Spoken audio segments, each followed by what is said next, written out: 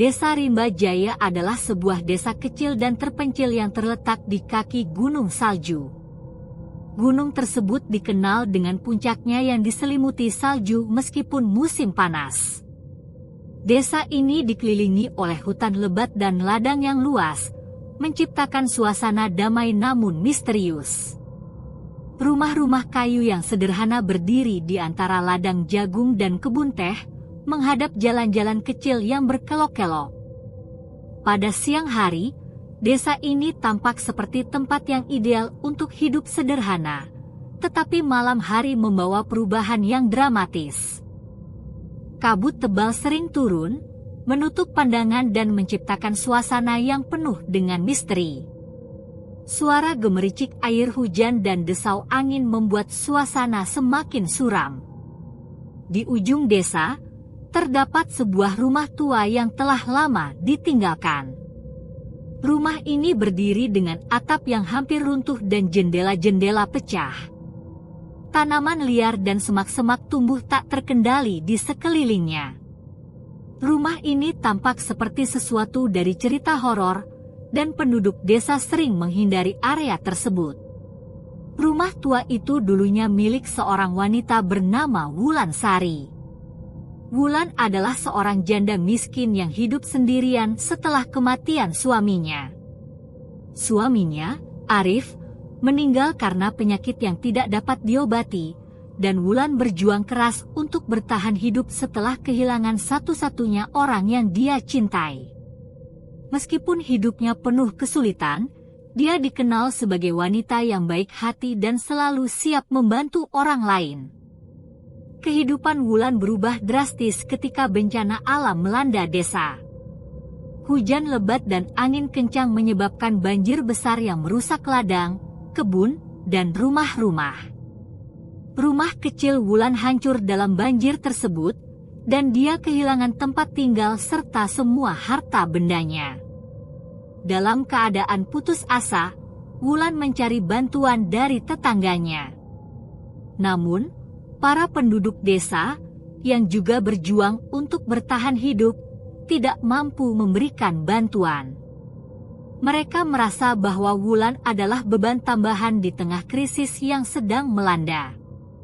Dalam keadaan terdesak, Wulan terpaksa pindah ke rumah tua di ujung desa.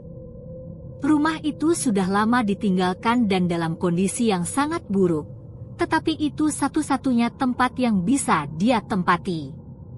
Dia berusaha keras untuk memperbaiki rumah tersebut agar dapat menampung dirinya.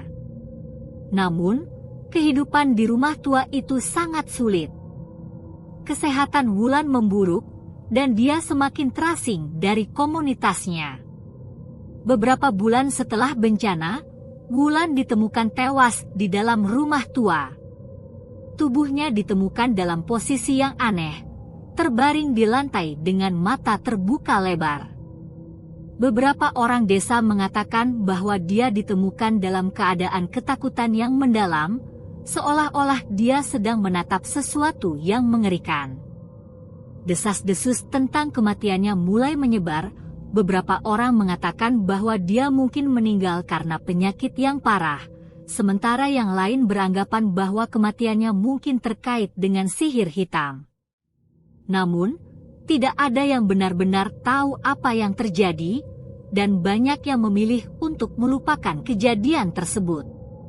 Seiring berjalannya waktu, penduduk desa mulai merasakan kehadiran sesuatu yang tidak wajar.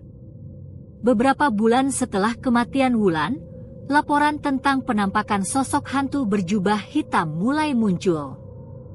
Sosok hantu itu digambarkan sebagai wanita dengan jubah hitam panjang dan wajah yang tertutup oleh kerudung gelap. Hantu ini sering terlihat berdiri di depan rumah tua pada malam hari, dengan tatapan kosong yang menakutkan. Kehadiran hantu ini mulai mempengaruhi kehidupan sehari-hari penduduk desa. Banyak yang melaporkan mendengar suara-suara aneh, seperti bisikan dan tangisan, pada malam hari.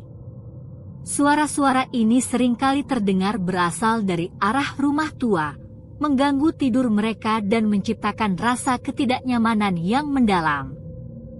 Kucing-kucing di desa menjadi sangat gelisah, seringkali berlarian tanpa arah dan bersembunyi di tempat-tempat yang tidak biasa.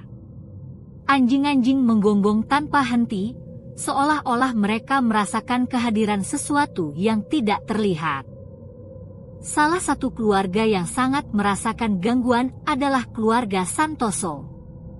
Ibu Santoso, yang bernama Sri, seringkali bangun dari tidurnya karena mendengar suara-suara aneh di luar rumah. Suatu malam, dia membuka jendela dan melihat sosok berjubah hitam berdiri di depan rumah mereka. Wajah sosok itu tidak tampak jelas karena kerudung hitamnya, tetapi tatapannya seolah-olah menembus kegelapan malam dan langsung ke dalam jiwa Sri. Ketika dia menutup jendela dengan gemetar, dia merasa ketakutan yang mendalam dan tidak dapat tidur sepanjang malam. Kejadian-kejadian aneh ini tidak hanya mempengaruhi keluarga Santoso. Beberapa orang lainnya juga mulai melaporkan bahwa mereka merasa diikuti oleh sesuatu yang tidak terlihat.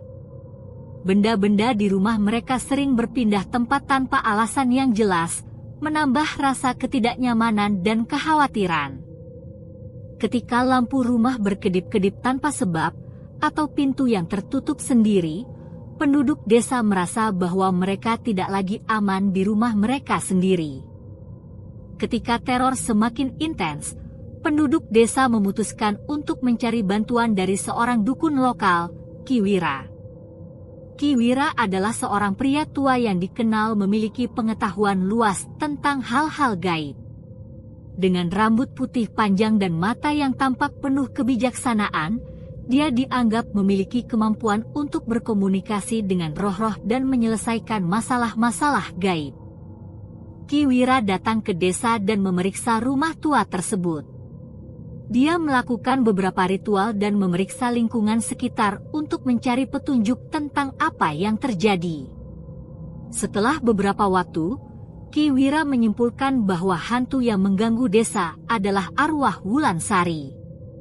Hantu tersebut tidak bisa tenang karena dendam dan rasa sakit yang belum terselesaikan.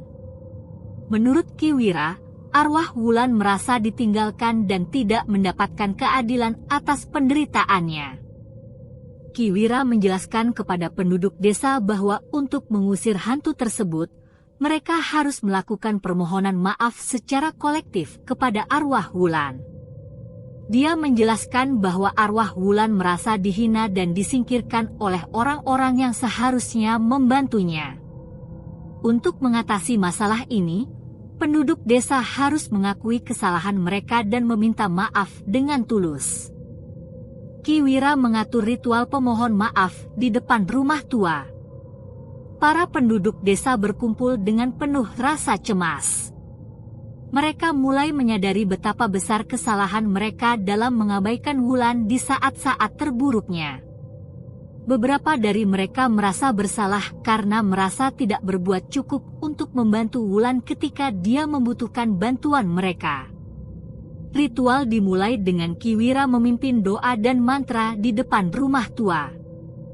Para penduduk desa berdiri dengan kepala tertunduk, mengakui kesalahan mereka dan meminta maaf kepada arwah Wulan.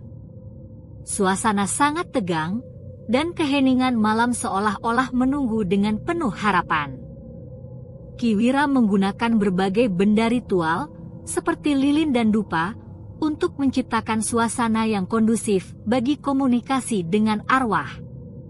Selama ritual, hantu Wulan muncul sekali lagi. Kali ini, sosoknya tampak lebih jelas. Jubah hitamnya bergetar lembut di bawah cahaya bulan, dan kerudung hitamnya terangkat sedikit, memungkinkan beberapa orang melihat wajahnya yang penuh kesedihan. Hantu Wulan mulai mendekati kerumunan, dan suara tangisannya yang penuh kepedihan menggema di udara malam. Tangisannya adalah campuran rasa sakit dan kekecewaan yang mendalam. Wulan mengungkapkan rasa sakitnya dengan suara yang penuh emosi. Dia menceritakan bagaimana dia merasa ditinggalkan dan diabaikan oleh orang-orang yang seharusnya membantunya. Cerita tentang kesedihan dan kematiannya membuat penduduk desa merasa sakit hati. Mereka menyadari betapa besar dampak dari tindakan mereka yang mengabaikan Wulan. Rasa penyesalan dan kesadaran akan kesalahan mereka membuat banyak dari mereka menangis.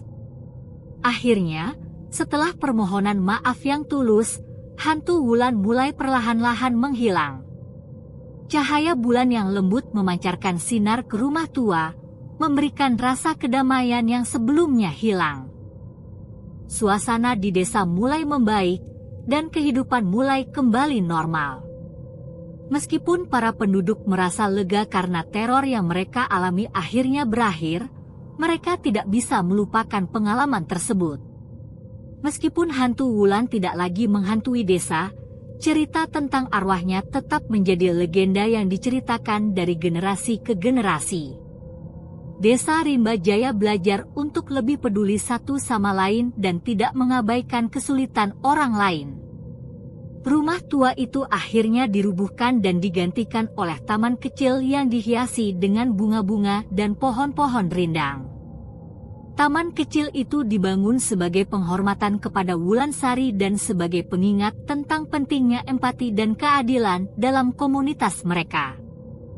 Penduduk desa sering mengunjungi taman itu untuk mengenang pelajaran yang mereka ambil dari pengalaman tersebut dan untuk memastikan bahwa mereka tidak pernah melupakan penderitaan dan kebutuhan sesama. Cerita tentang Wulansari dan hantu berjubah hitam tetap hidup di antara mereka. Setiap generasi baru di Desa Rimba Jaya diajarkan tentang betapa pentingnya untuk selalu peduli dan membantu satu sama lain. Desa ini terus berkembang dan berubah, tetapi kenangan akan Wulan dan pelajaran yang dia ajarkan tetap tertanam dalam hati setiap penduduk. Taman kecil yang dibangun sebagai penghormatan kepada Wulan menjadi tempat perenungan dan pengingat akan nilai-nilai kemanusiaan yang harus dijaga.